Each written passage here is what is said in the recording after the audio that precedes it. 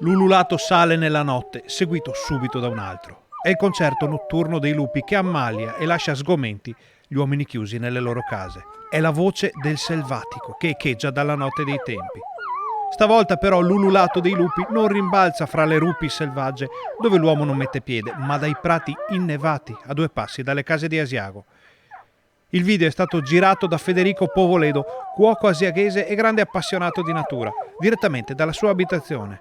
Eccoli i figli della notte che cantano la loro canzone alla luna piena.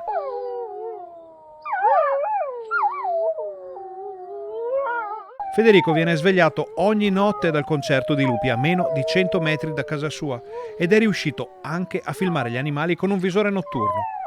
Il video è stato rilanciato dai social che trattano di faccende altopianesi, ridestando il dibattito sulla presenza dei lupi nella zona dei 7 comuni.